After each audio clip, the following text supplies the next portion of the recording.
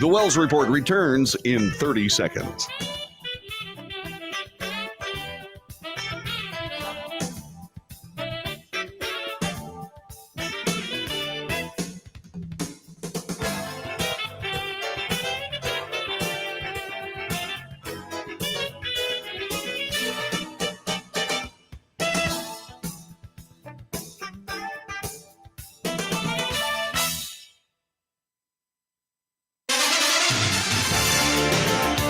North to south, coast to coast, around the world, this is the Wells Report. Good morning, I'm John David Wells. Today is Wednesday, April 17th, year of our Lord, 2024. On this broadcast, we report the news honestly and fairly. We analyze the news for fact and bias. We point out both. In short, we de-propagandize the mainstream media. We do make commentary. Commentary is not news. Commentary is opinion, both yours and mine. Let's compare. Let's debate. This is the Wells Report news analysis, commentary, and debate. The Supreme Court grappled yesterday with the breadth of obstruction charges filed against 1/4 of the defendants from the Capitol attack on January 6, 2021, including former President Donald Trump.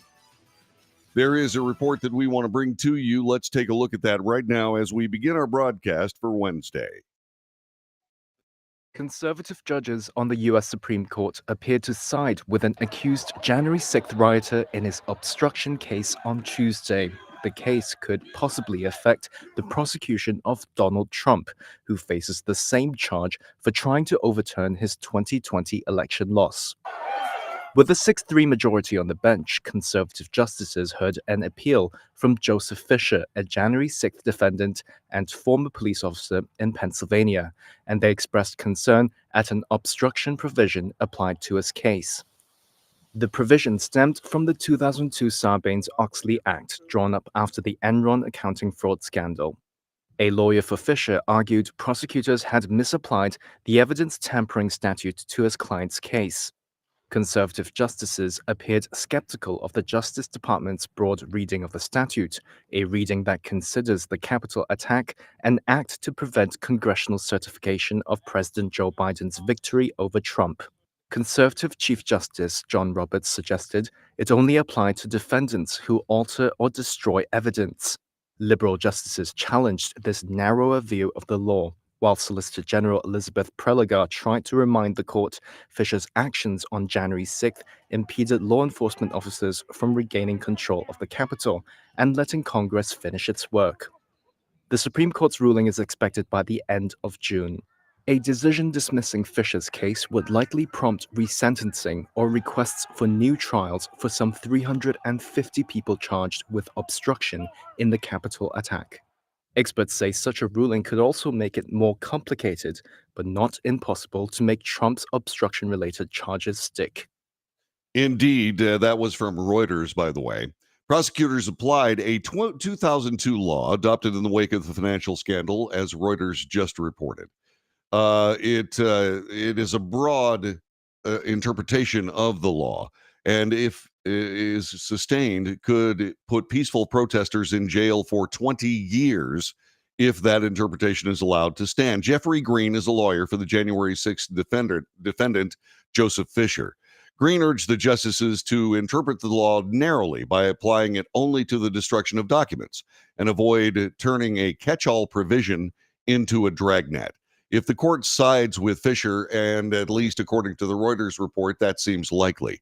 A former Pennsylvania police officer, with others, hundreds of people convicted or facing trial for entering the Capitol on January 6th, could see their top felony charges dismissed. That would be a victory for those defendants and for supporters, including President Trump, who say they were unfairly targeted.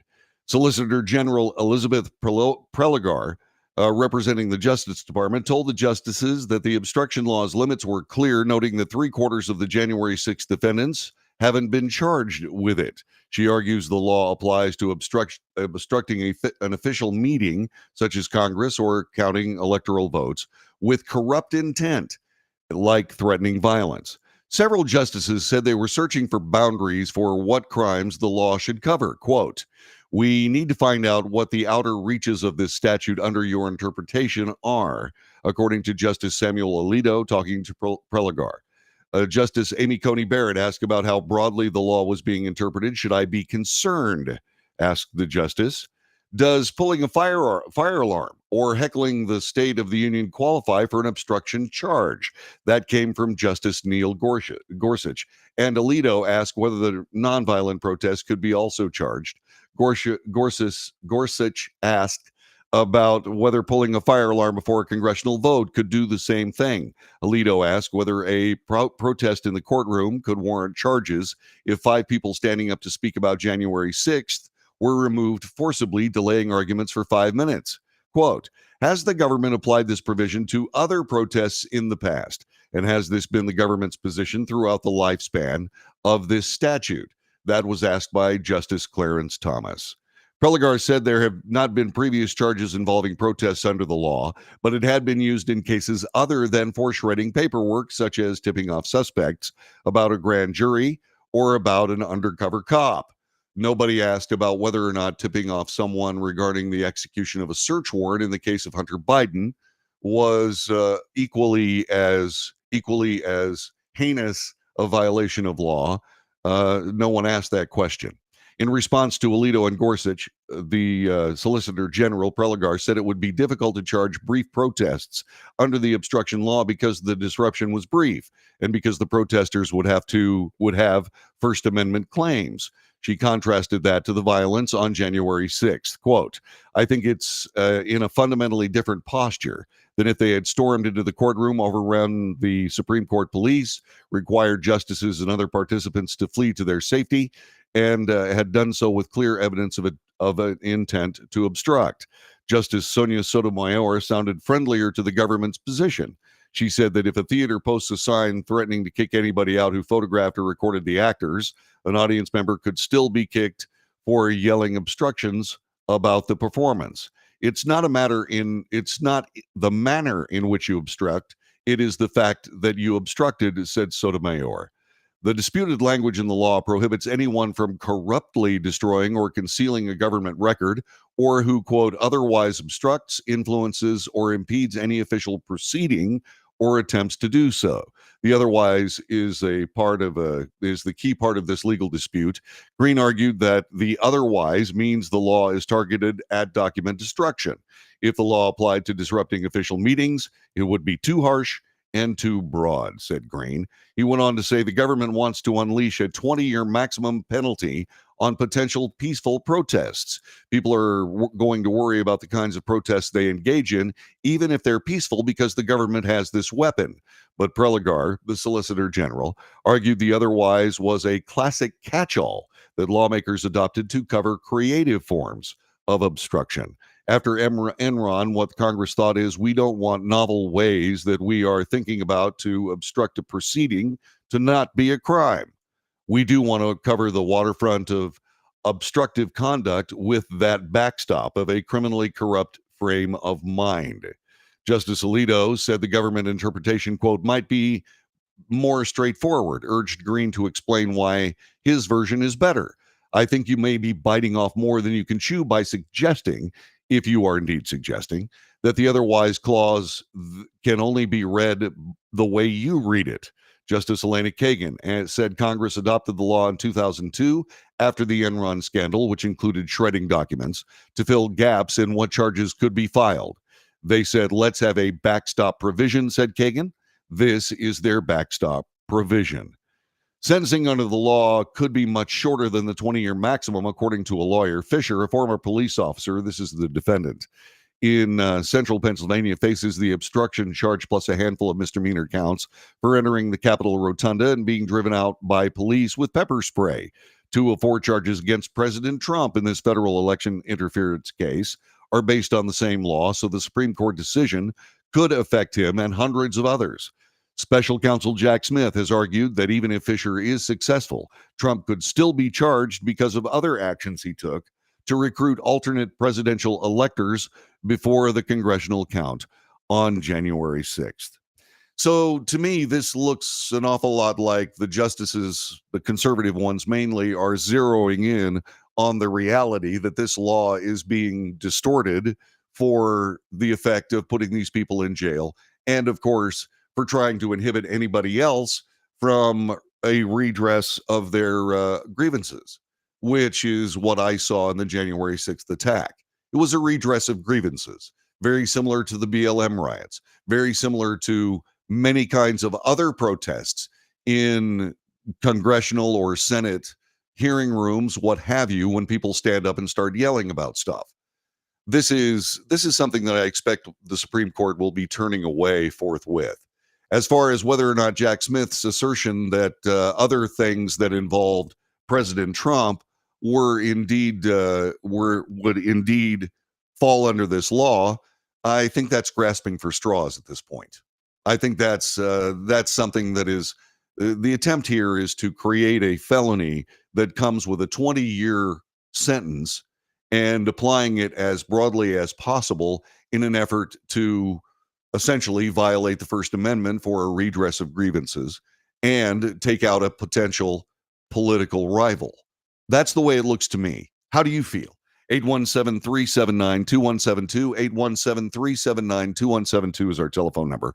You can also go to the chat on Facebook, YouTube, Twitch. You can find us on X, and you can also find us on Rumble. This broadcast will be shown on Patreon later on in the day. So what do you think? Do you think that this is essentially an overbroad interpretation of the law to be able to essentially ruin the lives of people that sought redress of their grievances? To me, this is a clear First Amendment case. Those people were not intending to disrupt the actual Capitol building itself. This was a demonstration that has been kinds of demonstrations that have been handled differently by police and indeed by federal law enforcement. This takes us back to the idea that there's a two-tier legal system here. There's one set of laws for people who agree with the government, a different set of laws for those who disagree, up to and including a completely different interpretation regarding the BLM riots and the Capitol riot.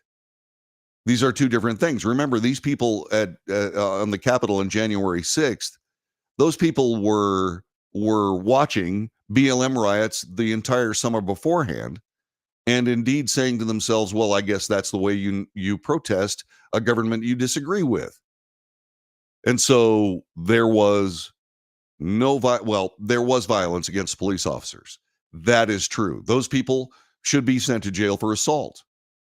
That's true. Assault on a police officer, even. I differentiate between normal assault between you and me, say, for example, and if you want to take on some police officer somewhere and punch him in the nose.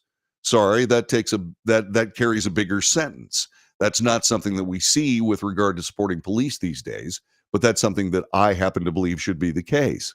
So indeed, there was violence there, but when it comes to the kind of violence, since the Solicitor General, Ms. Preligar, is talking about different degrees of obstruction being cogent, it seems to me that burning buildings down,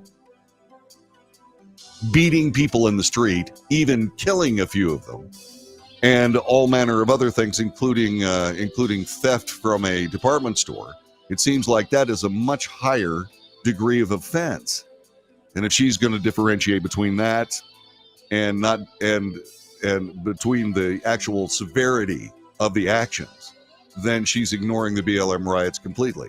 I think the justices are going to find this a relatively easy decision in comparison with some of the other decisions they've made in the recent past.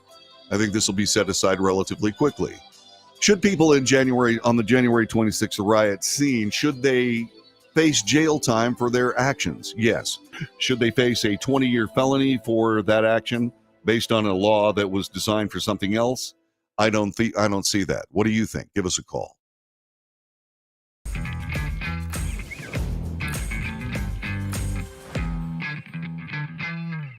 Greece is cheap. But the airfare costs a fortune. Paris? Not much closer, and again, airfare... What about Puerto Vallarta? Let's face it, flying anywhere is just too expensive. Wait, what's this? Low-cost airlines. With one call to low-cost airlines, you'll drastically slash your travel costs. We're talking insanely low airline prices to any of your favorite destinations. Where would you like to go? London, Rome, Costa Rica, Australia? Wow, that's cheap. So why wait? Call now to learn how crazy cheap it is to fly anywhere in the U.S. or international. Our prices are so low, we can't publish them. The only way to get them is to call to instantly hear the most amazing best deals on airline travel. It's that easy. So call now and start packing.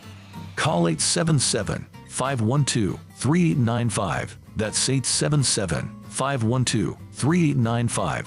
877-512-3895.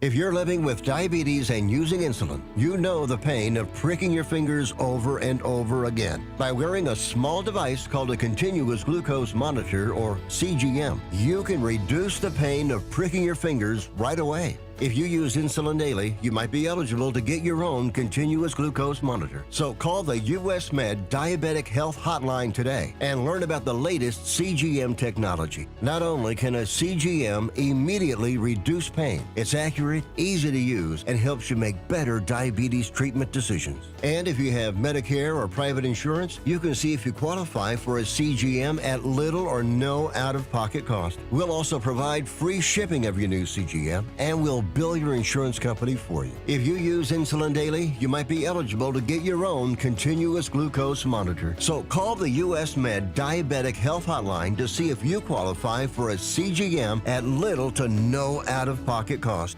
Nobody wants to get ripped off, broken into, or robbed, but nobody wants to pay a lot of money to have their home protected either. I've got an offer to tell you about to provide home security for your home for less than $1 a day. For real, with no installation or equipment charges. And this is from a company rated #1 by a leading consumer research company. According to the facts, most of you won't even call unless there's a burglary in your neighborhood or something bad happened. So let's give you a reason. Save money. For less than $1 a day with no other costs, you can get your home secured. Plus, get a lifetime equipment replacement warranty. You need protection for your home.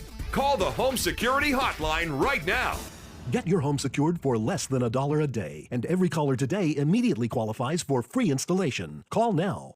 Call 877-275-0973. 877-275-0973. That's 877-275-0973.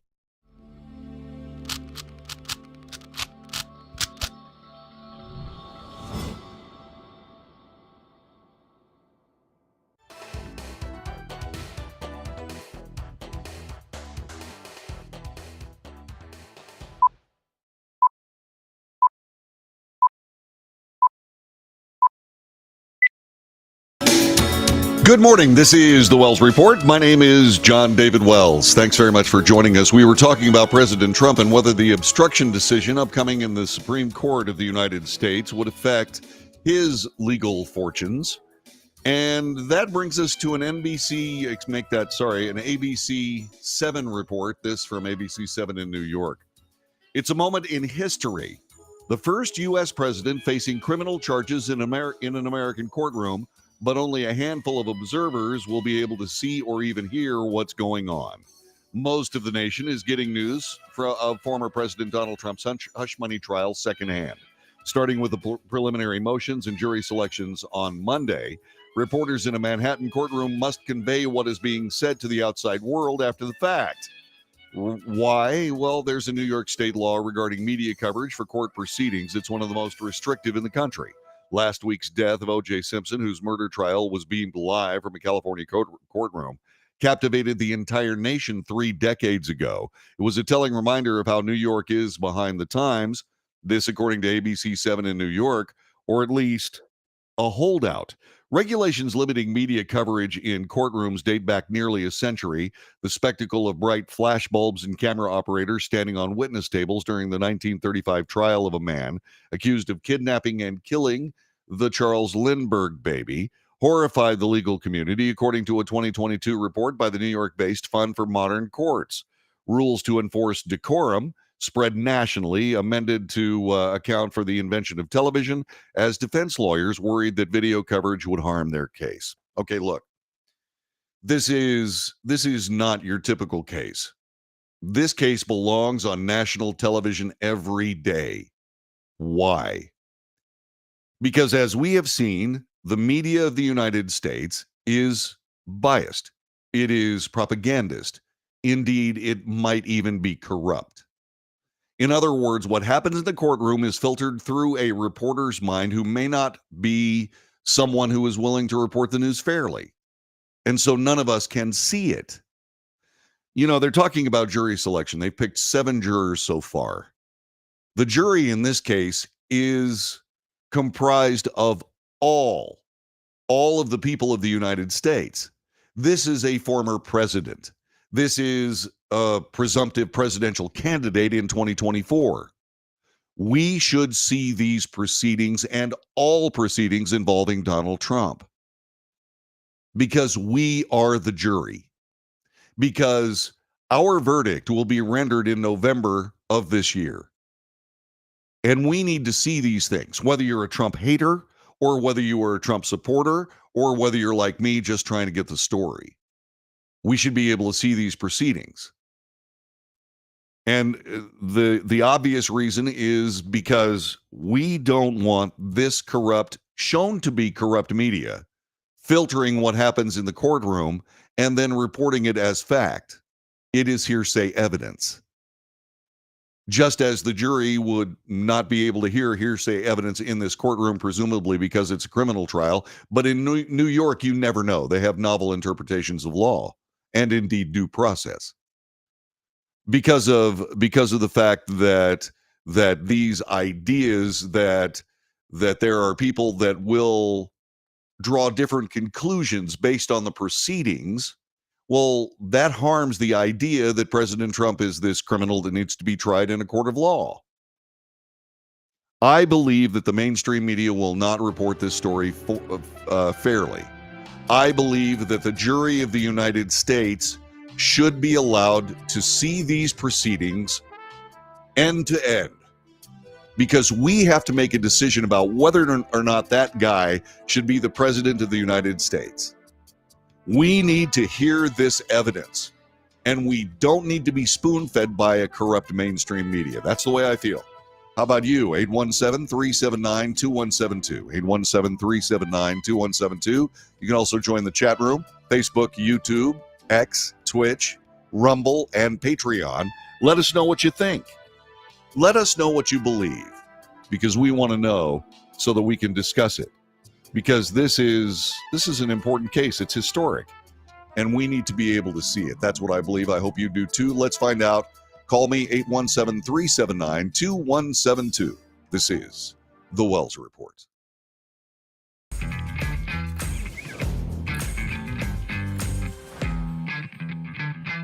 Nobody wants to get ripped off, broken into, or robbed, but nobody wants to pay a lot of money to have their home protected either. I've got an offer to tell you about to provide home security for your home for less than $1 a day. For real, with no installation or equipment charges. And this is from a company rated #1 by a leading consumer research company. According to the facts, most of you won't even call unless there's a burglary in your neighborhood or something bad happened. So let's give you a reason. Save money. For less than $1 a day with no other costs, you can get your home secured. Plus, get a lifetime equipment replacement warranty. You need protection for your home. Call the Home Security Hotline right now. Get your home secured for less than $1 a day, and every caller today immediately qualifies for free installation. Call now. Call 877-275-0973. 877-275-0973. That's 877-275-0973.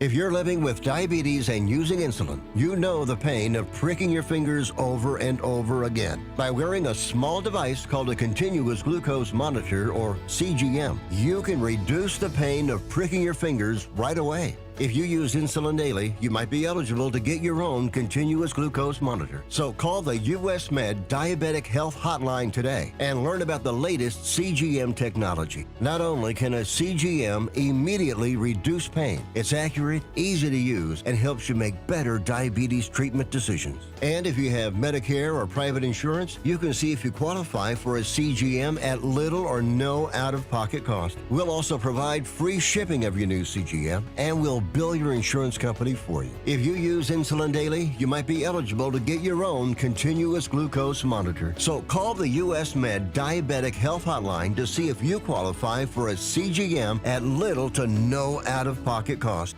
How would you like to get high-speed internet for your home for less than $2 a day? That's right, for about $50 a month, you'll get lightning fast internet. Are you paying less than $50 a month right now for your internet? Then call Whole Home Connect right now for blazing fast internet at $50 a month with no price increases, no hidden fees, no contracts, no equipment fees. It's a great deal. And guess what? You can try it for 15 days. If you don't like it, you get your money back, but you're gonna love it, and you're gonna love the price. Internet for your home for $50 a month. That's less than $2 a day. Plus, no contracts, no equipment fees, and our 15-day guarantee. Call now. Call 866-245-6155. That's 866-245-6155. Again, 866-245-6155. 866-245-6155.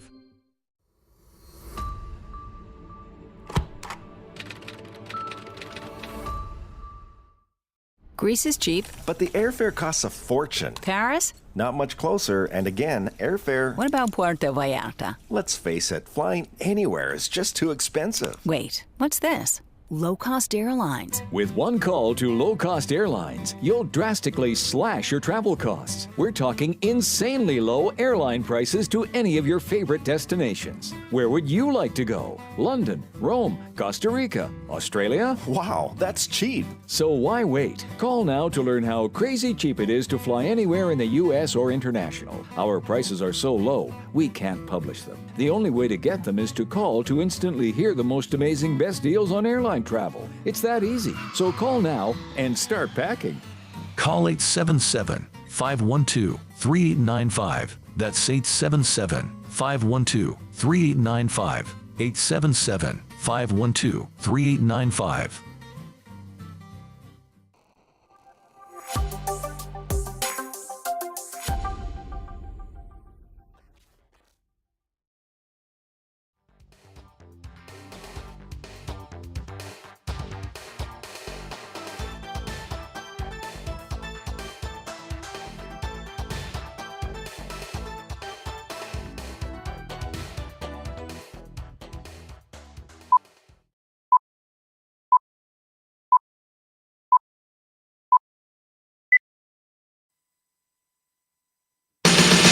News, analysis, commentary, and debate. This is the Wells Report. Good morning. I'm John David Wells. Our telephone number is 817-379-2172.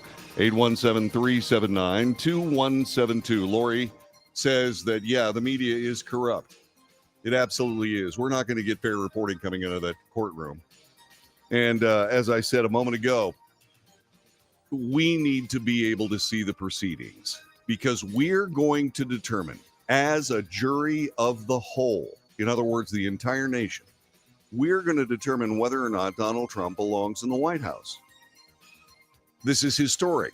No one, for any reason, has ever charged or tried an American president and had those proceedings occur in court. We need to be able to see these things, because we could see for ourselves the various lawyerly, interpretations of law and so on. We'd be able to hear the arguments. We'd be able to hear the testimony of the witnesses. And once again, this is something that the entire nation should be involved in. That's the way I see it. How about you? 817-379-2172. 2172. Articles of impeachment that were passed a while ago against Homeland Security Secretary Alejandro Mayorkas were handed over yesterday to the United States Senate. The House impeachment managers, selected by Republican leadership, walked the two articles through the Capitol, led by the House clerk and the sergeant at arms. The charges against Mayorkas were read aloud from the Senate dais by Homeland Security Committee Chairman Mark Green. That is the Senate committee. That is the House Homeland Security Committee Chairman Mark Green. He is the one that read those. Mayorkas is only the second cabinet secretary to be impeached in U.S. history. This after William Belknap, a former Secretary of War, in 1876. This being reported by ABC News. Tuesday's procession kickstarted the proceedings in the Senate, where lawmakers are expected to be sworn in as jurors this afternoon at 1 p.m. This according to Majority Leader Chuck Schumer. House Republicans voted to impeach Mayorkas in mid-February over what they said was his failure to enforce border law. This amid a surge in migrants arriving at the U.S.-Mexico border. The controversial vote, which had previously failed, was opposed by three Republicans and all Democrats. The charges accuse Mayorkas of, quote, willful and systemic refusal to comply with the law, unquote, and, quote, breach of public trust, unquote. Allegations he's called baseless. Do you believe they're baseless? 817-379-2172.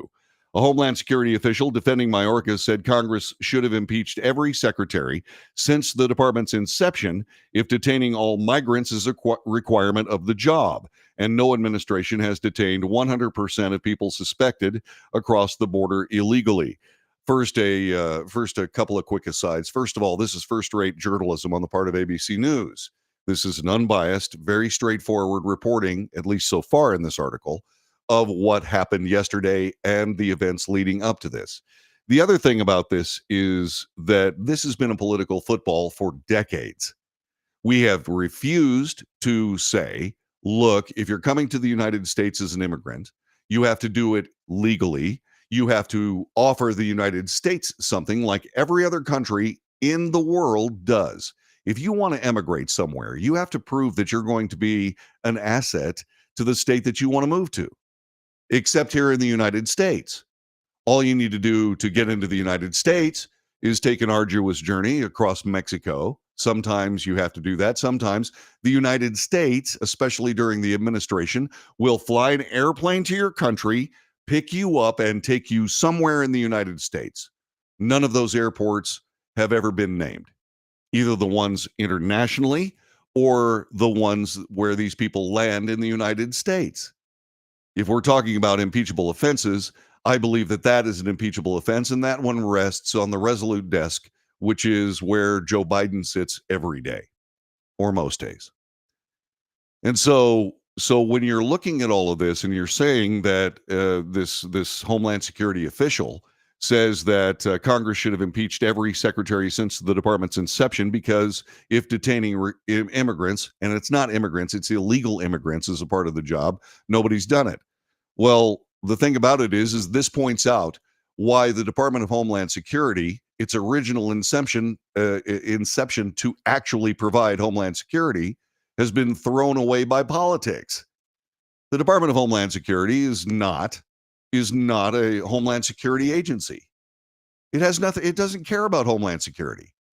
And oh, by the way, we have other departments to do that job. Unfortunately, one of them is the FBI. And equally unfortunately, the others are intelligence community agencies that are supposed to protect the United States of America. And then all of a sudden, after 9/11, we now have the Department of Homeland Security, which is the world's largest political football. It doesn't do its job. And so I agree with the ABC News coverage, or I agree with this Homeland Security official saying that every Homeland Security secretary should have been impeached, because the entire Department of Homeland Security should be impeached. It doesn't work. It is a United States government jobs program. That's all it does. It's also another place for more politicians to indeed do their political work. That's the way I see it. we do have a report, this from Fox 5 in Washington, D.C., who took a look at this and gives us the story. House impeachment managers walking 2 articles of impeachment against Homeland Security Secretary Alejandro Mayorkas across the Capitol to the Senate, forcing senators to convene a trial. The allegations against Mayorkas are that he was willfully and systematically refusing to enforce immigration laws at the U.S.-Mexico border.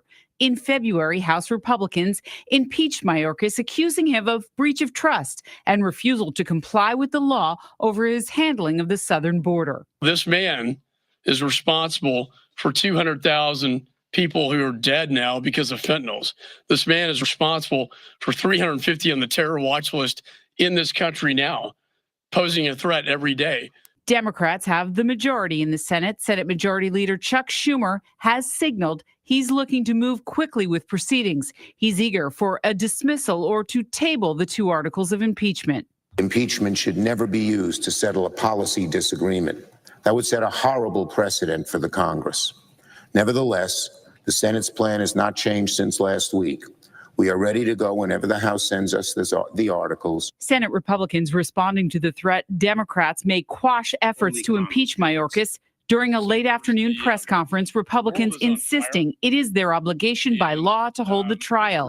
Only twice before in history has the House called for the impeachment of a cabinet member. The stakes of this impeachment are not some technical violation of law, but rather an enormous and growing threat to the lives and safety of millions of Americans. That's absolutely true. Ted Cruz, the senator from the state of Texas, making it plain. Indeed, that's true. This is something that is going to have a definite impact on the 2024 election, as it should. This is actually something that's novel to the Republican Party. They're actually doing something that somewhat resembles the kind of politics played by the Democrat Party. In other words, they're playing hardball with Democrats. And this is fraught with danger for Senate Democrats themselves. What do I mean? Well, the Democrat Party is going to, with this particular proceeding, either be cast in the light of, we love open borders and we want these people to come from anywhere in the entire planet. Whether they're poor, whether they're being persecuted, it makes no difference. If they're not having as great a life as they could in the United States, then bring them in. If indeed the Senate decides to dismiss this, which they can after their 1 p.m. Eastern time swearing in, if that indeed happens, then the Democrat Party is all about open borders. It stops being a political issue and starts being a fact. So it seems to me that what they have to do is they indeed do have to have a trial. This is something that has been opined by various other talking heads. Yes, I consider myself in that group. That is something that they are concerned about insofar as, excuse me, the actual evidence that's going to be presented in this trial will be damaging to Democrat chances in 2024's election. It will be. And it will be televised. It will be something that the entire nation will be able to get to watch. The best part about that is you'll be able to see both sides of the coin. You'll be able to see both sides. And indeed, the Senate will be able to consider this evidence and act as a jury unless the Senate votes to dismiss.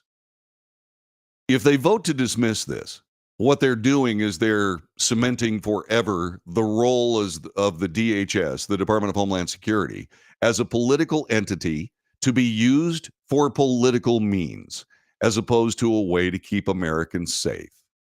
They're going to say, yeah, the open border is just fine. We don't have any problem whatsoever with that border being open, but there's a third thing. The third thing is this. If indeed the Senate does not decide to at least have a trial, consider the evidence and deal with whatever comes, then what they're doing is they're opening themselves up for the entire executive branch of the United States government to pick and choose which laws they choose to enforce. And that is disastrous. With that goes due process. With that goes equal protection under the law. With all of that, we become not a nation of laws, but a nation of politics. The laws are passed by the legislative branch. They are thus empowering the executive branch to enforce those laws. The idea of prosecutorial discretion certainly has a place in the American judicial system, but not when it comes to things that are specified in the Constitution of the United States. That is cut and dried. It is very straightforward. The federal government of the United States is responsible for a secure border. This border is not secure. And in twisting and warping and mischaracterizing and indeed misleading testimony by this particular Department of Homeland Security, this impeachment is necessary. Just as precedents would be set if indeed they throw this whole case out and Alejandro Mayorkas is free to continue doing whatever he's doing, then other Department of Homeland Security secretaries will do the exact same thing. So will the executive branch. And this is disastrous. This would be disastrous to our nation. We spend billions upon billions of dollars for the Department of Homeland Security. Right now, the Department of Homeland Security, at least in the main, the stuff that we see publicly, they're a travel agent for people who are in the poverty class of nations all around the world. They're a travel agent. Well, the Department of Homeland Security was created in 2001 after the 9/11 attacks. And it's not supposed to be a travel agency. The Patriot Act created the Department of Homeland Security. It cost us $5 trillion to get that sucker set up. It changed the way American governance is looked at and executed. And while many things, and yes, you can say, well, since the Patriot Act, we haven't had a major terrorist attack in this nation since. You can say that. That's a success, I guess. But then again, you also got to look before 9/11. We didn't have a whole lot of terrorist attacks in this nation either. Certainly not international terrorism that was perpetrated on the United States by a terrorist organization known as Al-Qaeda and a terrorist bent in one of the world's greatest religions. So what are we getting for our money? What we're getting is obfuscation. We're getting evasion. We're getting a wide open border and not Department of Homeland Security. There's another aspect of this. These people that are coming across the border are not coming with the intent to mow lawns for a living or improve their lives. Not all of them, some are.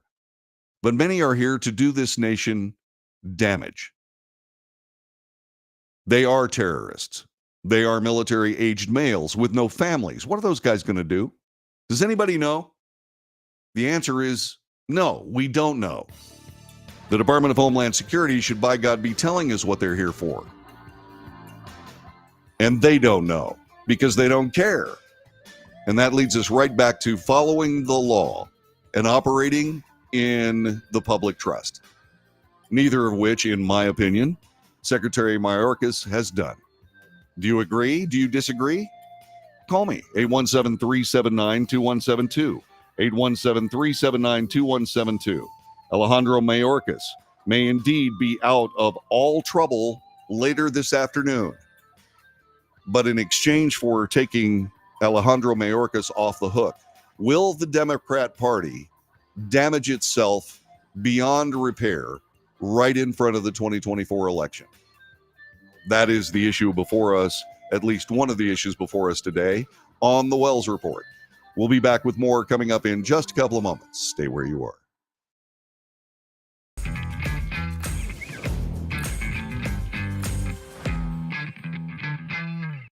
Greece is cheap. But the airfare costs a fortune. Paris? Not much closer, and again, airfare... What about Puerto Vallarta? Let's face it, flying anywhere is just too expensive. Wait, what's this?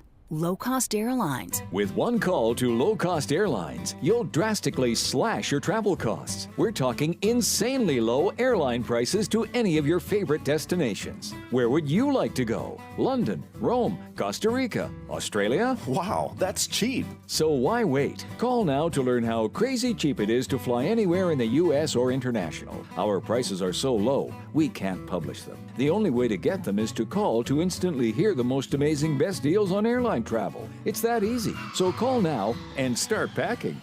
Call 877-512-3895. That's 877-512-3895.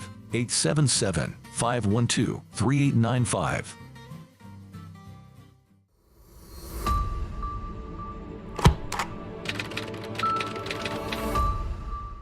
How would you like to get high-speed internet for your home for less than $2 a day? That's right, for about $50 a month, you'll get lightning fast internet. Are you paying less than $50 a month right now for your internet? Then call Whole Home Connect right now for blazing fast internet at $50 a month with no price increases, no hidden fees, no contracts, no equipment fees. It's a great deal. And guess what? You can try it for 15 days. If you don't like it, you get your money back, but you're gonna love it, and you're gonna love the price. Internet for your home for $50 a month. That's less than $2 a day. Plus, no contracts, no equipment fees, and our 15-day guarantee. Call now. Call 866-245-6155. That's 866-245-6155. Again, 866-245-6155. 866-245-6155.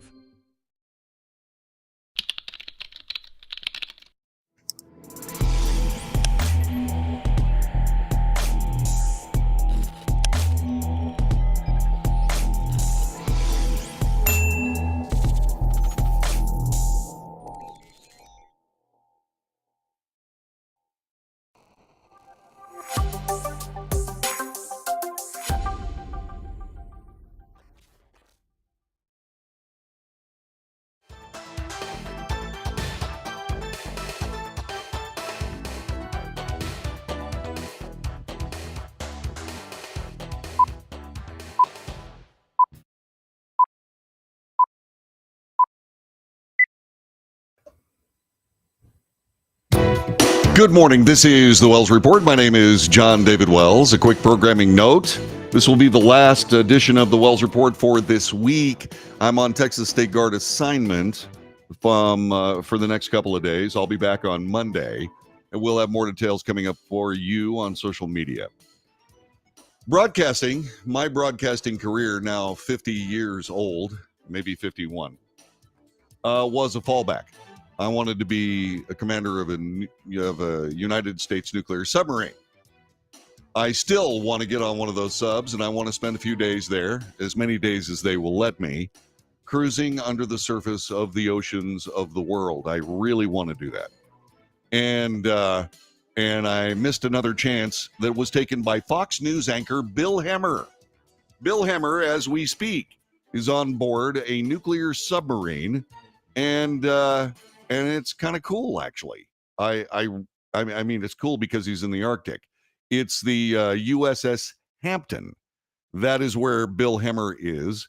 And Bill reported from the Arctic Circle. That happened yesterday. And it's cold up there. It was 29 degrees below zero north of the Arctic Circle when he arrived by plane. Let's take a look at this report from Fox News. We are in the Arctic Ocean, several hundred miles north of Alaska, on an active ice flow that is moving slowly through the Arctic Sea. We came here with the U.S. Navy. They come up every 2 years and they run Arctic drills throughout the area. I see a negative 18 degrees on my thermometer here right now. We have come here to see how they operate, how they live, how they survive over a period of 5 weeks' time here in the Arctic. It's something else, guys. I got to tell you, unless you're here, it's really hard to understand just how dynamic and complex and challenging and barren. We were in a plane yesterday for about an hour and a half. We flew 200 miles. There is nothing but ice everywhere, and it's all flat and it's all cold. So in the minute that we have, fire away with your best question. Okay, I do have a question about geopolitical interests. I mean, one of the reasons that we're there is that this is maybe the next frontier, the next battlefront. Yeah, that's what they say. That too is complex even. But later today, we're going to board a nuclear submarine, and we're going deep under the Arctic Ocean, and we're going to see how they operate as well. These are some of the most amazing pieces of machinery you'll find anywhere in the world. So we're going to get a first-hand look at that. Yeah, he's a lucky skunk, he is, because that's the USS Hampton. And I would very much like to be a part of that cruise at some point. Maybe I will. But north of the Arctic, when they're talking about the next battlefront, the Arctic Ocean has been a battlefront for decades. As a matter of fact, it's one of the reasons that the Cold War was called the Cold War, because it's cold up there. Although it was only minus 18 when Hemmer was talking about that. And Hemmer is I mean, I've been in Pennsylvania when it was minus 30. My goodness gracious. I mean, it's like, are you kidding me? Are you kidding me? So the USS Hampton is a fast attack submarine. In other words, it hunts other submarines. And there's a lot of submarine activity indeed in the Arctic Ocean. And he's going to be cruising around under there, probably not seeing as much as the crew. Well, absolutely not seeing as much as the crew, because there's so many things that are classified there.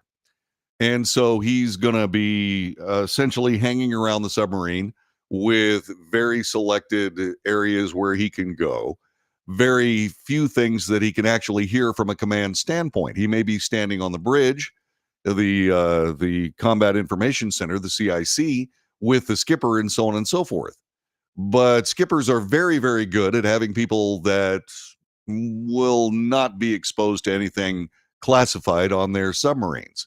Certain screens are turned off. Certain gauges are covered up. And when command situations occur, then the skipper will turn to the person who is essentially a visitor and say, you need to go back to your wardroom, bedroom for a moment while we do some business. And the chief of the boat will ensure that indeed that person is evacuated from the CIC, from the bridge, so that he doesn't see something he's not supposed to see. It's a very well choreographed public information issue that submarines have handled perfectly over the years, because as we sit here and have this conversation, well, none of us have any idea what happens on a submarine, including me. I know how they work. I know some of the commands that are issued under certain circumstances. Even though I am a mathematical cripple, I actually have a basic understanding of how to fire a straight running torpedo and hit a moving target while you yourself is moving. All that technology that I have anything to do with is from the Second World War. So, but I sure do want to see the inside of a nuclear submarine, and I certainly do want to go on a cruise. And congratulations to Bill Hemmer for actually pulling that off. By the way, there will be further reports on Fox News. So if you're interested in any of this, if you're interested in U.S. Navy operations in the Arctic, I think what you ought to do is you ought to stop by either a computer near you, search Bill Hemmer, Hemmer, and USS Hampton, and all the latest information and videos will pop right up. This is the Wells Report. My name is John David Wells. If you find value in this broadcast, do us a favor. Subscribe to it. Pass it along to your friends. Tell them to subscribe to it. Hit the notification button so you know when we're on the air. And then, by all means, if you'd like to support the show financially, go to patreon.com/The Wells Report. Hour number 2 is next.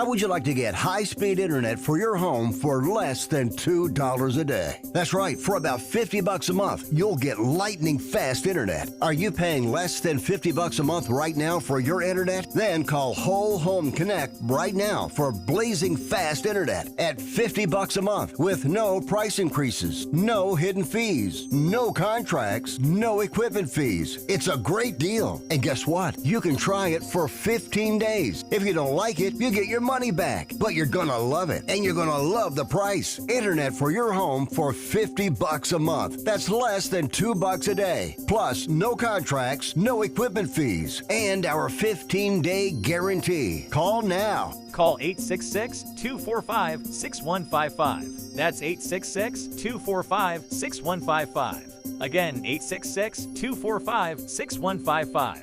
866-245-6155.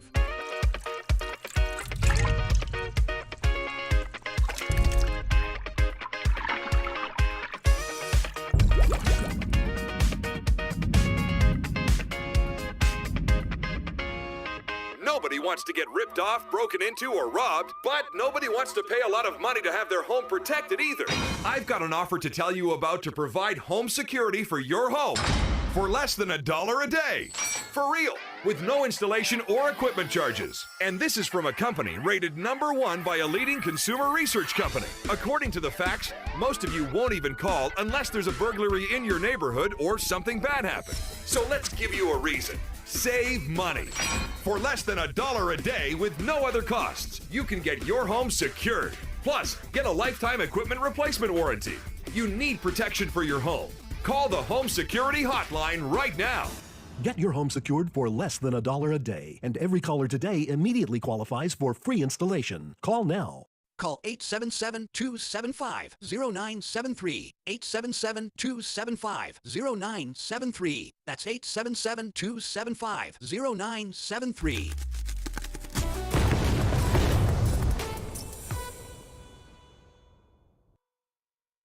Hey, thanks for joining us this morning for the Wells Report, and make sure you share us with all your friends on Facebook, YouTube, Twitter, Twitch, Rumble, Patreon, and don't forget to check out our Substack column, which will be coming up a little bit later on this afternoon. When you do all this, make sure you subscribe. Make sure you give us those thumbs up. They are really important. Check the notification box so you know when we're on the air, and whatever you do, join us every morning, Monday through Friday, 9 to 11 a.m. Central Time, for the Wells Report.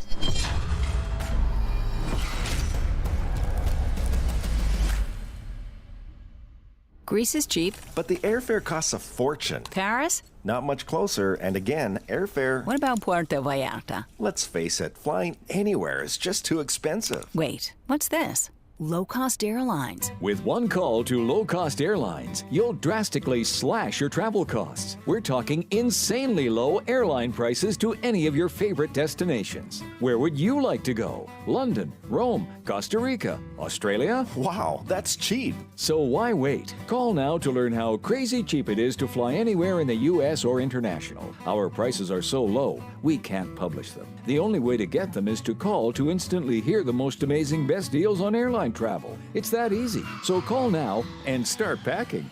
Call 877-512-3895. That's 877-512-3895. 877-512-3895.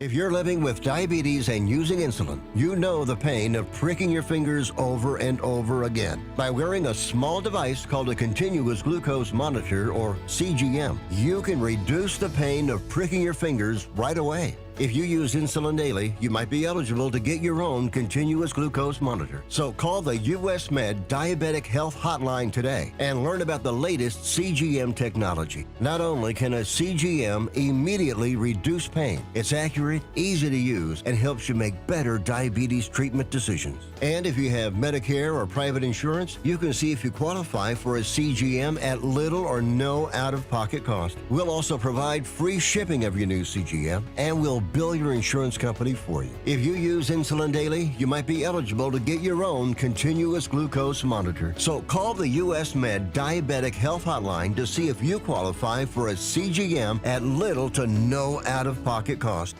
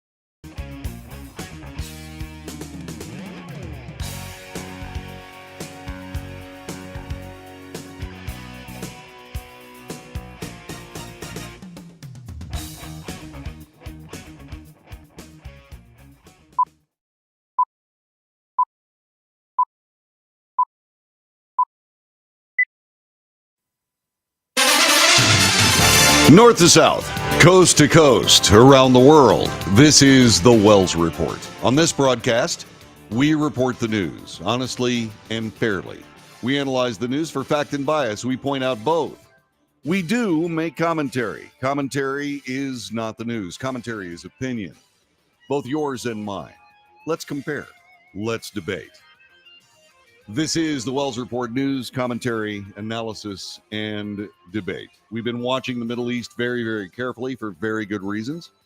Iran's president, in the latest news, has vowed to completely destroy Israel should it proceed with even the, quote, tiniest invasion of the country of Iran.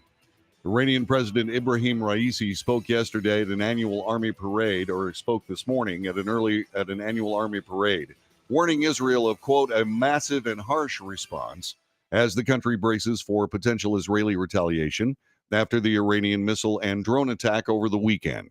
Iran launched hundreds of missiles and drones at Israel on Saturday in response to an apparent strike on Israel's embassy compound in Syria. The embassy compound is considered, like all embassies, as foreign soil. That happened on April 1st, killed 12 people, including 2 Iranian generals. Iran blames Israel for the attack, although Israel has not claimed any involvement. We begin our coverage with something that happened yesterday on Special Report with the great Bret Baier, also from Fox News. Let's take a look.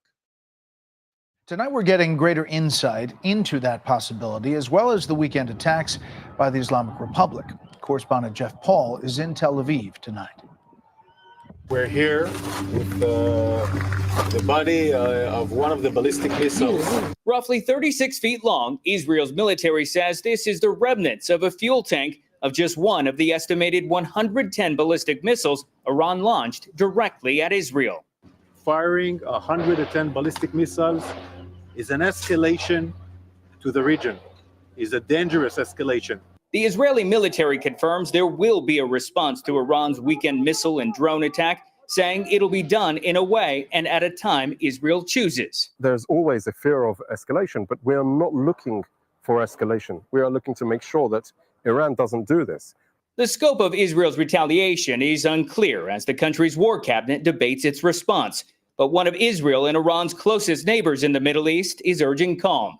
Jordan's foreign minister says the country won't let anyone put their citizens in danger and will confront anyone who does. Our message is clear to everyone, to Israel and Iran, that we will not allow you to turn Jordan into a war zone. Iran, which has characterized the attack on Israel as retaliation for a deadly strike on the Iranian consulate in Damascus, Syria, is warning Israel against risking a wider conflict. If the Israeli regime makes a mistake, this time Iran's response, as Iran's military commanders announced, will not be minimal, but immediate and severe. Now, in addition to the situation involving Iran, as well as the ongoing war in Gaza, there's also new tensions in the north along the Israel-Lebanon border. The IDF confirming it killed 2 Hezbollah commanders in recent targeted strikes. And so that's where the state of play is at this particular moment. So far, no attacks from Israel on Iran or Iranian interests. it's pretty clear that there will very likely be a response. And indeed, Iran is rattling the sabers. Iran launched hundreds of missiles and drones on Saturday in response to that attack on the embassy in Syria. Raisi, the president of Iran, said that Saturday's attack was limited and that if Iran was provoked to carry out a bigger attack, nothing would remain from the Zionist regime. That, according to the official IRNA news agency of Iran. Raisi's remarks came during a military parade that was relocated to a barracks north of the capital from its usual venue on a highway in the city's southern outskirts. Iranian authorities gave no explanation for that relocation. Uniquely, state TV did not broadcast that parade live as it had in previous years. On Saturday, Israel, with help from the U.S., the United Kingdom, and neighboring Jordan, also other nations, successfully intercepted nearly every missile and drone that Iran launched. Israel boasted of a 99% success rate through the use of Iron Dome and something they call David's Sling. Those systems were extremely effective over the weekend. Israel has vowed to respond without providing additional details on when or where. The only thing that I can tell you is that that this is something that has got a lot of people on edge. As a matter of fact, voters, according to USA Today, are fearful of World War III as Iran and Israel are in conflict. Here's the story. Americans yet again had foreign affairs take over their TVs and cell phone screens. This after Iran launched a historic and telegraphed attack on Israel during the ongoing war in the Gaza Strip. The U.S. did indeed help repel a wave of 300 drones and missiles, but Iran's direct action has raised the country's blood pressure as President Joe Biden and a divided Congress look to respond without further escalating the Gaza Strip crisis amid other international conflicts. There is bias in that report. President Joe Biden is not looking to respond in any way against the state of Iran. He has said so. He spoke to the G7. He tried to convince them not to do anything. So far, they have not made any announcement as to what they would do next if Israel indeed retaliates. Voters, activists, and foreign policy experts who spoke with USA Today said the nation was becoming entangled in a larger global conflict, and that was a source of concern. However, some also asserted the risk of greater international tension that isn't in the front of what's on their minds as the 2020 election comes into focus. Speaking of American voters, their views square with a country that spent years trying to extract itself from post 9/11 Iraq and Afghanistan war and a Donald Trump presidency centered around an America First platform that embraced a more isolationist foreign policy. That's not true. That is simply not true. The simple case of the matter is Americans are worried about this. Americans are worried about being spectators as World War III touches off. There are a lot of hotspots going on. China and Taiwan, Russia and Ukraine, Israel and Iran. So as we look at all of this, we're saying, yeah, this is a real problem. I feel the tension. Most of the people that I discuss this with feel the tension. Do you? Are you worried about World War III popping off right before the 2024 election? I actually am. I'm very concerned that this is going to spiral out of control, not so much because of the actions of Israel, but because of the actions of the entire world. Joe Biden told Iran when the idea of exploiting the Israeli-Hamas conflict was in the main, when he said, don't exploit this for your own particular national gains. Don't. Well, Iran informed the United States that the attack was coming. Very likely, they informed Israel as well. What I'm trying to figure out is if indeed the United States was informed before the attack, why didn't the Biden administration say, don't again? Why didn't the administration do that and back it up with something more than just one word? Indeed, United States forces were involved in the repel of this attack, and that was good. But from a standpoint of why Iran pulled off that attack in the first place, after informing the United States, that it was going to happen is patently ridiculous. Just exactly what is the hold that Iran has on this nation? Why, or not necessarily the nation, but certainly the government? What is the hold that Iran has on the United States government?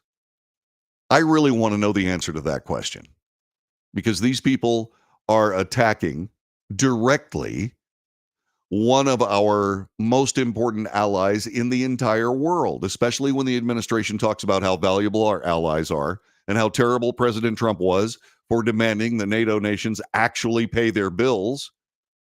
Now we have a situation where Israel is under attack. Israel being under attack, and the United States knew about it beforehand but didn't do anything about it to stop Iran. Don't do it. Do not do it. This is a huge question, and it does make people nervous.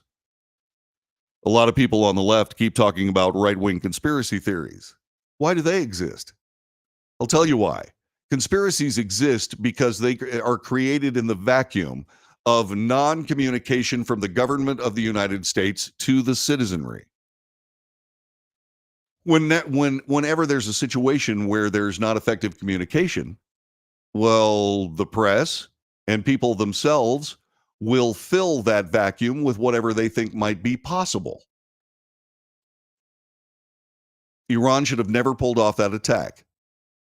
The United States should have stopped them when they started talking about it. And that didn't happen. The G7, well, not understandably, in my view, I think it's just craven. But the G7, standing back, watching what happens. Israel has the capability of taking out Iran anytime they want to. Apparently, Iran has created for themselves some form of weaponry that allows the president of the United States, or the president of Iran, to say that we will obliterate Israel, there'll be nothing left. Just exactly what does that mean? IAEA auditors, the people that are responsible for watching nuclear weaponry and proliferation around the world, say that Iran now has enough enriched uranium to build 7 bombs. Was this entire attack just a rehearsal for a nuclear attack on Israel? Yes, these were slow-moving. These were lit drones that were flying out of southeastern or southwestern Iran, headed toward Israel. They flew over Jordan. Jordan shot a bunch of them down. The United States shot a bunch of them down. Israel shot a bunch of them down. And yeah, I get all that. But the next time this happens, there won't be slow-moving drones. There'll be cruise missiles, and they'll be coming fast. And while Israel is trying to deal with the cruise missiles, ballistic missiles, possibly carrying nuclear weapons, will be fired while Israel is busy. And if the G7 in the United States refuses to bring Iran to heel, then Israel will take care of their own business. And Israel does have the capability of turning Iran into a flatland of radioactive debris. Not that there would be much debris left. And so, yeah, voters in the United States, they're nervous. The USA Today article continues with Chance Barrett. He's a systems engineer in Orlando, Florida. He said the weekend attack in the Middle East will be indirectly an issue for him, given the likelihood of U.S. lawmakers reviving an aid package to assist Israel and other allies. We're going to send billions of dollars that all of a sudden we have when we have people that are not going to the doctor because it's super expensive, rent is ridiculous, inflation has come out to be just corporate greed, and wages are stagnating. Yeah, okay. None of that matters when nuclear weapons start flying. None of it. Absolutely none of it. So maybe Chance is, or maybe Chance is just being victimized by a biased report from USA Today. Pamela Clark, a registered independent from Smyrna, Tennessee, said, as a Christian, she puts trust in God. I don't think America lives. I don't think that American lives should, or American lives. Okay, I just don't think America lives. Okay, this is a very weird sentence. I just don't think American lives should have to police everybody. Okay, so that's where we stand. Our telephone number is 817-379-2172. Are you concerned about World War III touching off right before the 2024 election between Iran and Israel? Let me know. Our telephone number, 817-379-2172. Back in a moment.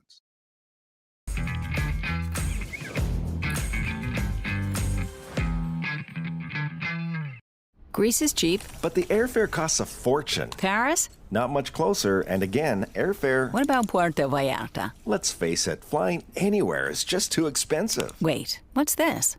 Low-cost airlines. With one call to low-cost airlines, you'll drastically slash your travel costs. We're talking insanely low airline prices to any of your favorite destinations. Where would you like to go? London, Rome, Costa Rica, Australia? Wow, that's cheap. So why wait? Call now to learn how crazy cheap it is to fly anywhere in the U.S. or international. Our prices are so low, we can't publish them. The only way to get them is to call to instantly hear the most amazing best deals on airline travel. It's that easy. So call now and start packing.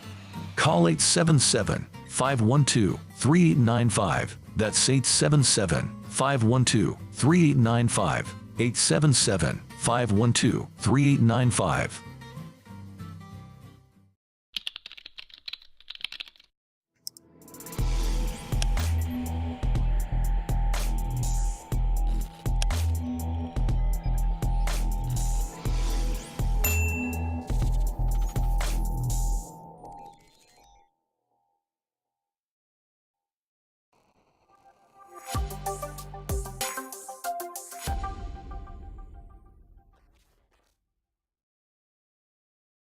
If you're living with diabetes and using insulin, you know the pain of pricking your fingers over and over again. By wearing a small device called a continuous glucose monitor, or CGM, you can reduce the pain of pricking your fingers right away. If you use insulin daily, you might be eligible to get your own continuous glucose monitor. So call the US Med Diabetic Health Hotline today and learn about the latest CGM technology. Not only can a CGM immediately reduce pain, it's accurate, easy to use, and helps you make better diabetes treatment decisions. And if you have Medicare or private insurance, you can see if you qualify for a CGM at little or no out-of-pocket cost. We'll also provide free shipping of your new CGM, and we'll bill your insurance company for you. If you use insulin daily, you might be eligible to get your own continuous glucose monitor. So call the US Med Diabetic Health Hotline to see if you qualify for a CGM at little to no out-of-pocket cost.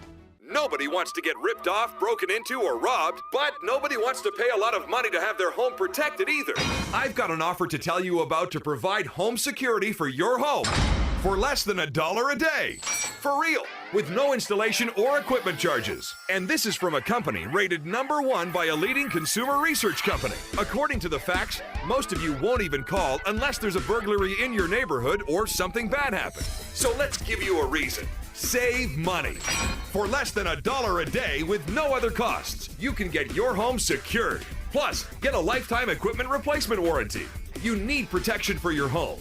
Call the Home Security Hotline right now. Get your home secured for less than $1 a day, and every caller today immediately qualifies for free installation. Call now.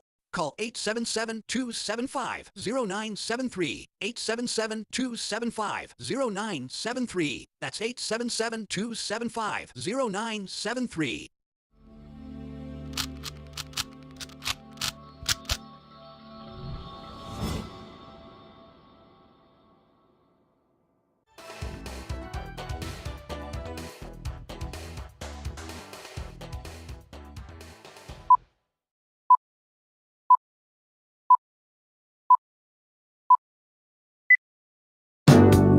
This is the Wells Report. Good morning. My name is John David Wells. Our telephone number, 817-379-2172. Do you worry about World War III? 817-379-2172. USA Today reports that people do worry about that. Are you one of them? A lot of people that I've talked to feel that way. If you do, 817-379-2172. Or even if you think, hey, this is no big deal. This will all blow over like it always has every time in the past. Okay, you can share that and tell me what your reasons are. I want to know what you're talking about here. Senator Marsha Blackburn, she's a Republican from Tennessee, is planning to propose new legislative action that would threaten to cut National Public Radio's federal funding if passed. It was prompted by news that it would suspend an editor who went viral for exposing the outlet's partisan uniformity in its newsroom. That, by the way, did happen. NPR has suspended the veteran editor who blew the whistle on the liberal arts news outlet. NPR veteran editor Yuri Berliner was suspended without pay for 5 days, and it could be a precursor for his dismissal. That, of course, would indeed reinforce the idea that Senator Marsha Blackburn is planning to propose that might threaten. In other words, there's enough equivocation in there so that if all you hear about on this particular subject is Marsha Blackburn saying, I might do something about it, I might prepare to plan to propose to do something that might, okay, this is why I'm not a Republican. Anyway, let's go ahead with the story. The Tennessee Republican is weighing a variety of legislative options to take on federal funding that goes to the Corporation for Public Broadcasting, which provides funding to NPR in the form of grants. She's specifically looking to prevent NPR from benefiting from public funds due to what her office characterizes as left-wing bias. Quote, the mainstream media has become obsessed with doing the left's bidding and taking down strong conservatives, and NPR has led the pack. It has to be said that not only does the mainstream media take down effective conservatives, strong conservatives, the Republican Party does the exact same thing. Okay, just so you know, let's just keep it real. Pardon me, my political cynicism is showing apparently. It makes no sense that the American people are forced to fund a propagandist left-wing outlet that refuses to represent the voices of half the country. NPR should not receive our tax dollars. Do you agree? I got to be perfectly honest with you. I agree. I believe that NPR has made itself abundantly clear in that it will pursue a leftist news agenda. Even the chief executive officer, in responding to all of this, says that NPR offers nuanced reporting. That was a mistake, because in the word nuanced is all of the identity politics that substitutes as news and all of the biased reporting that equally substitutes as news, bordering on propaganda. Nuanced reporting is not what journalism is all about. Factual reporting is. And that was said in response to all of this furor over Yuri Berliner. This is plain. This is plain and straightforward. The CBP, the Corporation for Public Broadcasting, is fully funded by the federal government per the nonprofit's website. The organization provides funding in the form of grants to both NPR and the Public Broadcasting Service, PBS. The grants to NPR are used for its international bureaus and distribution infrastructure that provides content to all public radio stations. Look, NPR, the Corporation for Public Broadcasting, has all it needs to be able to be a standalone, non-government supported organization. It seems to me that if they want to play politics with their news reporting, that's exactly what they should be doing. They should be doing it on their own dime. What do you think? Is the United States of America beyond public television, public radio? I would think that would be a good idea. I mean, state-owned media in the United States makes all of us nervous, doesn't it? This is the Wells Report. We'll be back with more coming up in just a moment.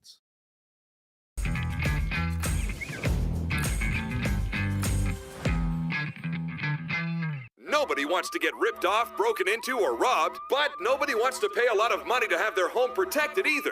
I've got an offer to tell you about to provide home security for your home for less than $1 a day.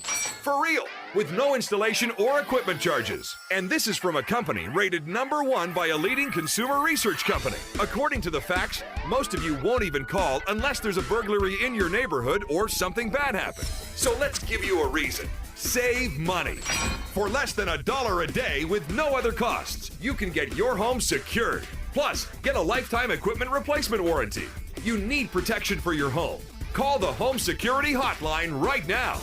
Get your home secured for less than $1 a day, and every caller today immediately qualifies for free installation. Call now. Call 877-275-0973. 877-275-0973. That's 877-275-0973.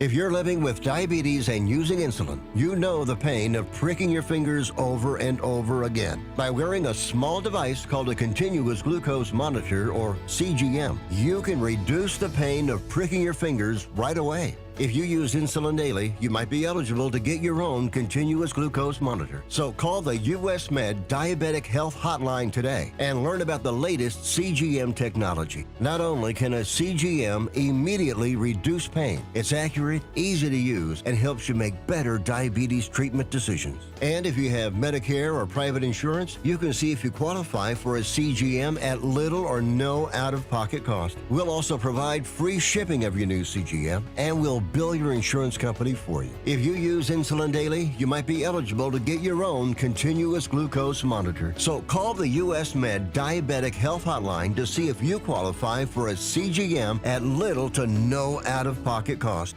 How would you like to get high-speed internet for your home for less than $2 a day? That's right, for about $50 a month, you'll get lightning fast internet. Are you paying less than $50 a month right now for your internet? Then call Whole Home Connect right now for blazing fast internet at $50 a month with no price increases, no hidden fees, no contracts, no equipment fees. It's a great deal. And guess what? You can try it for 15 days. If you don't like it, you get your money back, but you're gonna love it, and you're gonna love the price. Internet for your home for $50 a month. That's less than $2 a day. Plus, no contracts, no equipment fees, and our 15-day guarantee. Call now. Call 866-245-6155. That's 866-245-6155. Again, 866-245-6155. 866-245-6155.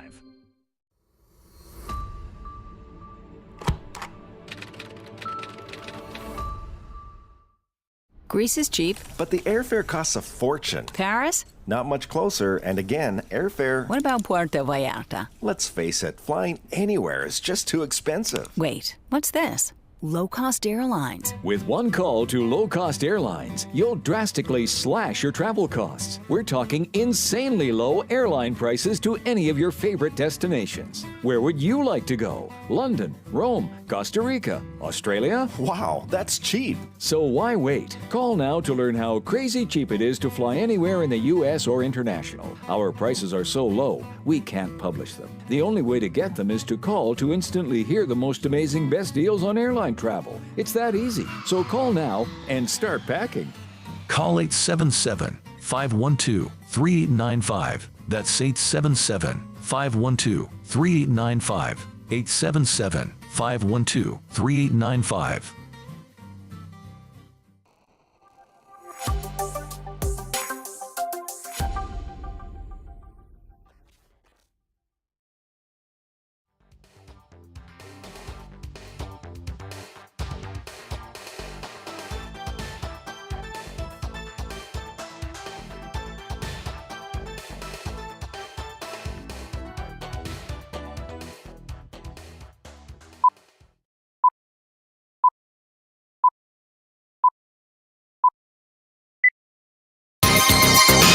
News, analysis, commentary, and debate. This is the Wells Report. Good morning. I'm John David Wells. Our telephone number is 817-379-2172. Target has been an interesting pop culture target, to pardon the pun, for the last several years, based on corporate things saying that, hey, our restrooms are open. They're essentially unisexual. and indeed, through their rhetoric, invited people who identify as females to use the female restroom. I have a small confession to make on that particular issue, kind of an aside. I did use a female restroom once, and that was because I was involved in an urgent need. And when I did it completely by mistake. I did it completely by mistake because I didn't read the sign because of the urgency of that particular issue. But that's the only time I've ever done that. And I don't believe that people should be mixing genders in restrooms. All right. I mean, I'll go to Starbucks, and yes, they have unisex restrooms, and everybody uses everybody restrooms. Indeed, in this house, our restrooms are unisexual. But the thing about it is that's not something that I believe that you should do in a public space. So that was one of the problems that they had. During the BLM riots, Target was notably looted by people who were seeking social justice. I never was really able to make the connection there. But now, an Illinois woman has filed a lawsuit against Target for illegally collecting and storing her and other customers' biometric data through facial recognition technology and other means without their consent. The lawsuit, filed March 11th in Cook County Circuit Court, published by the local outlet Fox 32, alleges that Target's surveillance systems covertly collect things like face and fingerprint scans from customers as part of its anti-theft efforts. The alleged practice violates the Illinois Biometric Information Privacy Act, according to the lawsuit. That's a state law that the legislature passed in 2008 to protect people from details of their physical characteristics being collected without their knowledge. Target does not notify customers of this fact prior to the store entry, nor does it obtain consent prior to collecting its customers' biometric data. This, according to the lawsuit. Target did not immediately respond when requested for a comment by USA Today. So USA Today goes in to explain just exactly what we're talking about here. What is biometric data? How does the BIPA protect? That's the act that the assembly or the legislature passed. How does that protect Illinois residents' privacy? Biometric information comprises data on a range of a person's physical characteristics, including retina or iris scans, fingerprints, voice prints, hand scans, and facial geometry, also their DNA. Illinois' Biometric Privacy Act, better known as BIPA, makes it unlawful for private companies to use facial recognition technology to identify and track such information without people's consent. This, according to the American Civil Liberties Union. Another quick aside. The American Civil Liberties Union is directly on point with this. Something has to be done for constant surveillance, including identities of people in public spaces. While you can't do anything about cameras, probably don't want to. Probably in certain circumstances, specifically in federal enclaves, you certainly want facial recognition to be used. It's true. Because there is an implied consent when you walk into a public space that you are indeed in public. There's a solution to this, by the way. I'll let you know coming up in just a couple of seconds. Oh, by the way, on the ACLU, the dumb things they do outweigh the good things they do. This is one of the good things. Now, if we can just get rid of the other 2,855 other dumb things they do, we might have an actual American Civil Liberties Union. I can always dream, can I? The law requires companies to specify how the information would be retained and when it would be destroyed. In 2022, the social media app Snapchat was sued over an alleged violation of BIPA pertaining to the data collected from users who use features like lenses and filters to take photos and videos of themselves. The company ultimately agreed to a $35 million settlement. This, according to the Rockford Register-Star, a USA Today Network publication. In the newer suit against Target, attorneys argue that the retail giant stores across the country are outfitted with cameras and video surveillance, many of which have the capability of collecting biometric data. For at least a decade, Target has also made use of an advanced system of electronic surveillance at bases spread throughout the United States. Also, Target, and this is kind of weird, Target has, according to the lawsuit, or according to this report, has 2 forensic labs to, quote, enhance video footage and analyze fingerprints. What's Target doing? What's Target doing? While the system is meant to detect shoplifters, the lawsuit contends it captures any customer's face who enters the store. And then, indeed, while you're standing there at the checkout and they've got a picture of you, if you're paying with a card, then they have your identity completely, including whatever bank records are available when you use your debit card. There are numerous instances of former Target employees detailing its facial recognition systems circulating on the internet as well, according to the lawsuit, referring to a TikTok page where customers and ex-employees discussed their concerns about the systems.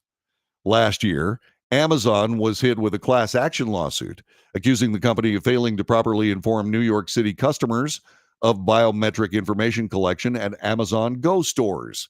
Amazon confirmed to USA Today that it uses its biometric data for its Amazon One Palm-based identity payment system, but denied using facial recognition technology in any of its stores. Then in 2022, Texas Attorney General Ken Paxton sued Google, claiming the tech giant captured and used the state's residents' biometric data without their permission through products and services like Google Photos, Google Assistant, and Nest Hub Max. This is a privacy issue. This is an intellectual property issue. And this is something that we need to take care of. We, as the people of the United States, and further, we need to demand. I was going to say perhaps coerce or motivate our legislatures to protect our intellectual property. You see, when it comes to this kind of thing, like I said, there are times when you use facial recognition. There are times when you don't. Target is a multi-billion-dollar corporation. They have the capability to do all of this. But when does trying to stop a shoplifter become spying and surveillance? That line needs to be defined. Just because you walk into a store, yes, it's a public space, that doesn't mean that they get to develop your identity. You're not there to be identified and then kept in a database for God knows how long. You're not there to do that. You're there to get whatever Target has to offer from a standpoint of retail sales. If indeed various corporations around the world would start arresting shoplifters as soon as they started pulling off these shoplifting events, then they wouldn't have this problem. That's what used to happen. But for some reason it was, hey, you don't get to physically assault someone just because they stole from you. Excuse me? Of course you do. You get to stop them. You get to seize the property that they stole. You keep it in a chain of evidence. You put it in a bin. You label it with the time. You call the police. Meanwhile, they're sitting there, perhaps even handcuffed by the security guard, waiting for the police to arrive. That's what stops shoplifting. This is something completely different. It's completely different.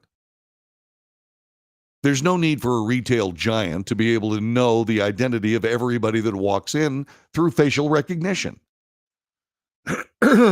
Okay, so how do you do it?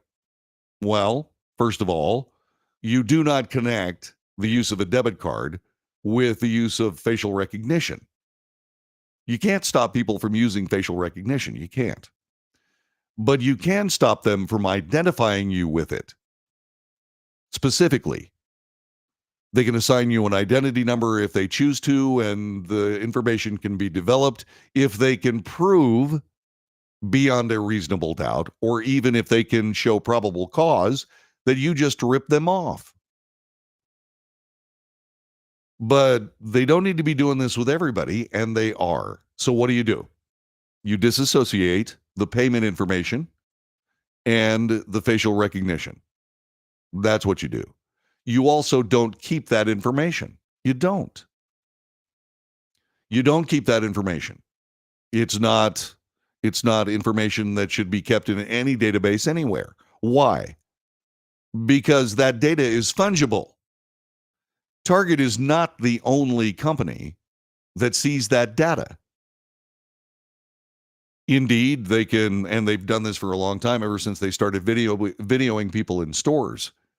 They've been able to use security footage in trials and so on and so forth. I really don't have any problem with that, provided, of course, the due process rights, the constitutional rights of Americans shopping in Target are jealously guarded and indeed honored.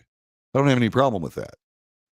But I do have a problem with, just because I want to go in and get a really cool Tupperware bin for my cabbage, I don't think they need to know that on this particular date, at this particular time, while walking through this particular aisle, John David Wells picked up a bin for cabbage storage, then took it, paid for it with his debit card, and we have a complete and total record of that can be accessed by anybody.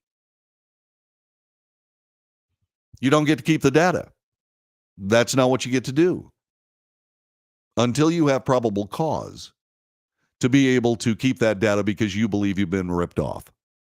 That's the difference between, say, for example, a typical video security system and facial recognition technology. Also, I don't believe that anybody should give up their biometric information in the form of a palm print, because that equally goes to all of these various sources. And you're saying, John David, you're looking a little tinfoil hattish right now. No, I'm not. Every phone call you make, every text, every picture that you put on the internet, everything you do is all sucked up into one of many federal data hubs.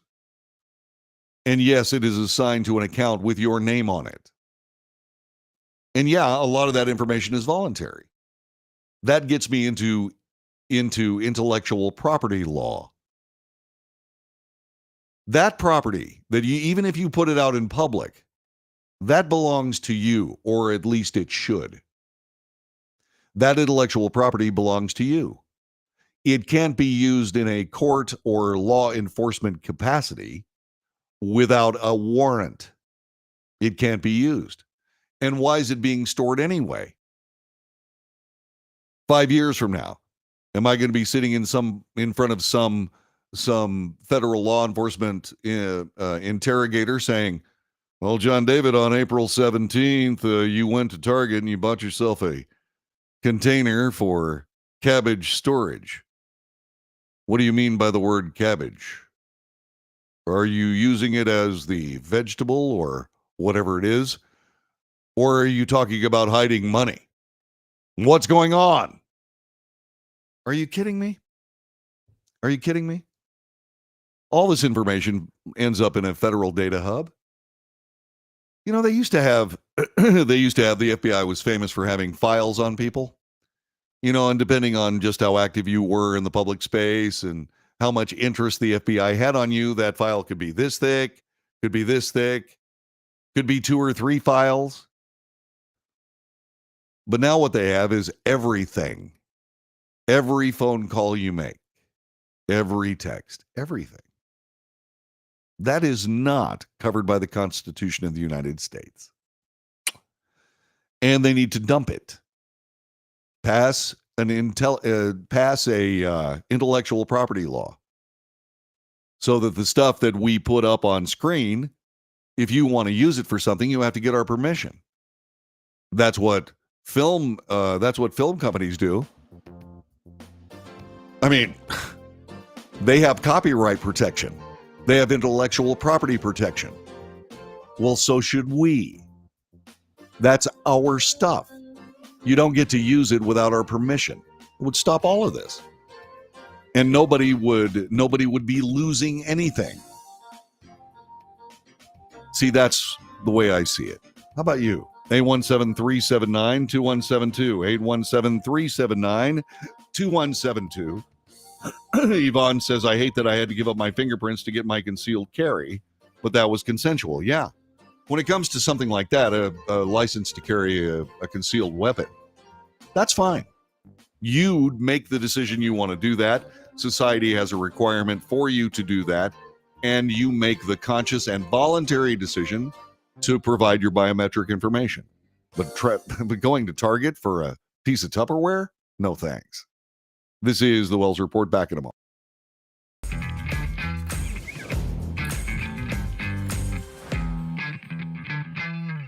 Greece is cheap. But the airfare costs a fortune. Paris? Not much closer, and again, airfare... What about Puerto Vallarta? Let's face it, flying anywhere is just too expensive. Wait, what's this? Low-cost airlines. With one call to low-cost airlines, you'll drastically slash your travel costs. We're talking insanely low airline prices to any of your favorite destinations. Where would you like to go? London, Rome, Costa Rica, Australia? Wow, that's cheap. So why wait? Call now to learn how crazy cheap it is to fly anywhere in the U.S. or international. Our prices are so low, we can't publish them. The only way to get them is to call to instantly hear the most amazing best deals on airline travel. It's that easy. So call now and start packing.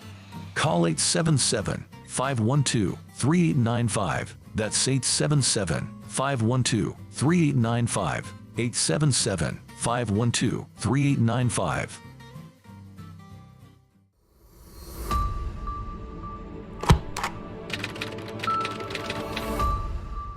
How would you like to get high-speed internet for your home for less than $2 a day? That's right, for about $50 a month, you'll get lightning fast internet. Are you paying less than $50 a month right now for your internet? Then call Whole Home Connect right now for blazing fast internet at $50 a month with no price increases, no hidden fees, no contracts, no equipment fees. It's a great deal. And guess what? You can try it for 15 days. If you don't like it, you get your money back, but you're gonna love it, and you're gonna love the price. Internet for your home for $50 a month. That's less than $2 a day. Plus, no contracts, no equipment fees, and our 15-day guarantee. Call now. Call 866-245-6155. That's 866-245-6155. Again, 866-245-6155. 866-245-6155.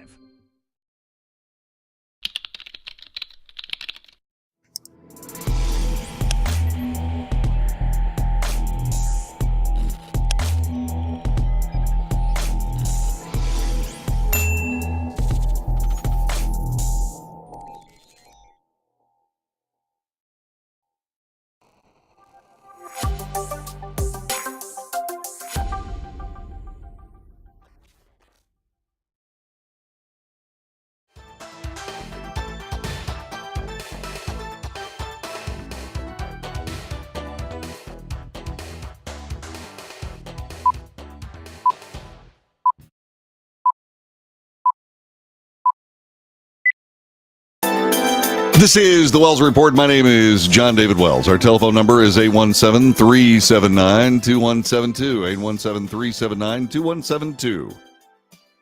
Every 2 years, one in the summer and one in the winter, the human existence competes in athletic competition. It's called the Olympic Games. The Summer Olympic Games are coming up this year in Paris. It's going to be a magnificent display of the entire world's athletic achievement. It's going to be great. The Olympics touches all of our hearts, and indeed, it is a magnificent enterprise. Well, before they start having all of the fun and games, there is a flame lighting ceremony. This is an ancient flame lighting thing that they do every 4 years.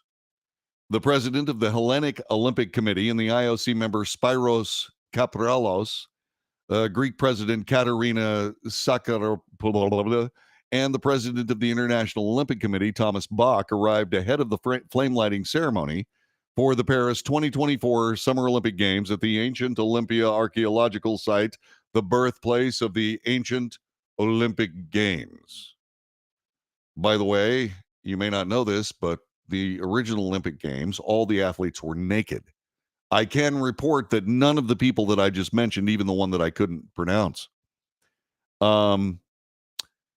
were not naked, including all of the actresses who were dressed as iconic columns. That's the kind of column that has the two little swirls on the ends, right?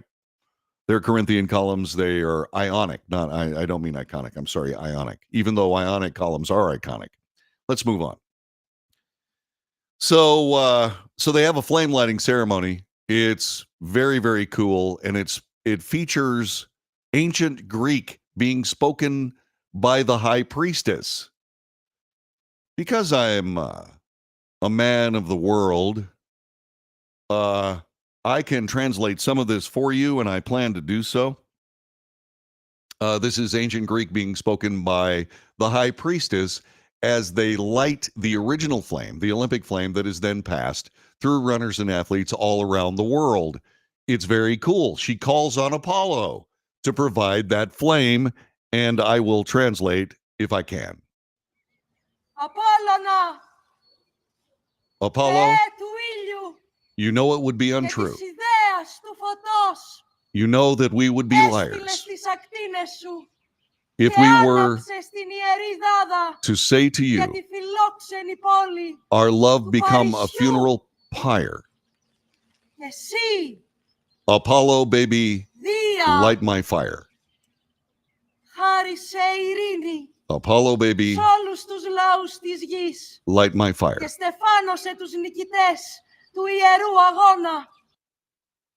And so now you know. So Apollo, baby, light my fire. By the way, in case you're wondering, this particular flame lighting ceremony, this flame lighting ceremony really didn't go off the way they normally do because it was very cloudy at the original Olympic site. And so they weren't able to use what's a really cool little mirror device. It's like a mirrored cone with a smaller mirrored cone that directs the light to the torch, and then the torch bursts into flame because Apollo wants to light that fire. The clouds precluded that, and so they resorted to an ancient method also created mainly in the 17th and 18th century called a cigarette lighter. I, by the way, looked up the actual Greek word for cigarette lighter, and it's really kind of a cool word. I can't pronounce it because it comes with a completely different alphabet. All I can tell you is that I'm assuming that, I mean, the first word I recognized, it's a two-word phrase. The first word I recognized because it was actually not Bic. It was Zippo. And of course, that's an ancient Greek word meaning burn yourself. And so what I'm saying is that they didn't use the ancient ritual. As a matter of fact, one of the priestesses just brought out this urn with flame in it. How they got it started?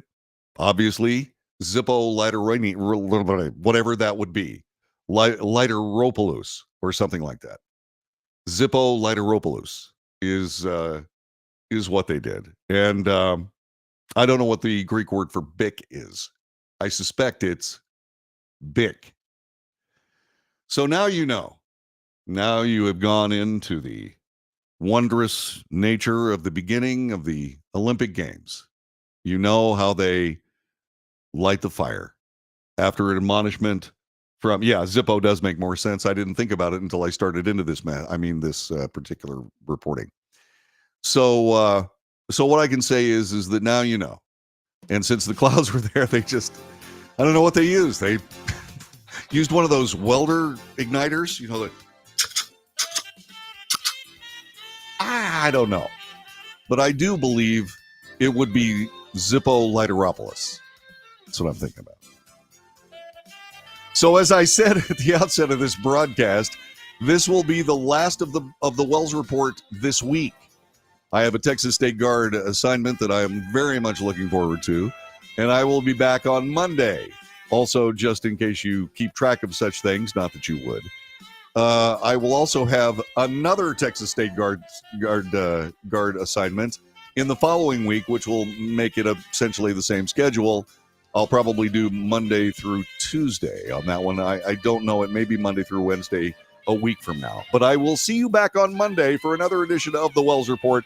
Thanks very much for joining us. God bless you and yours, and we'll see you Monday.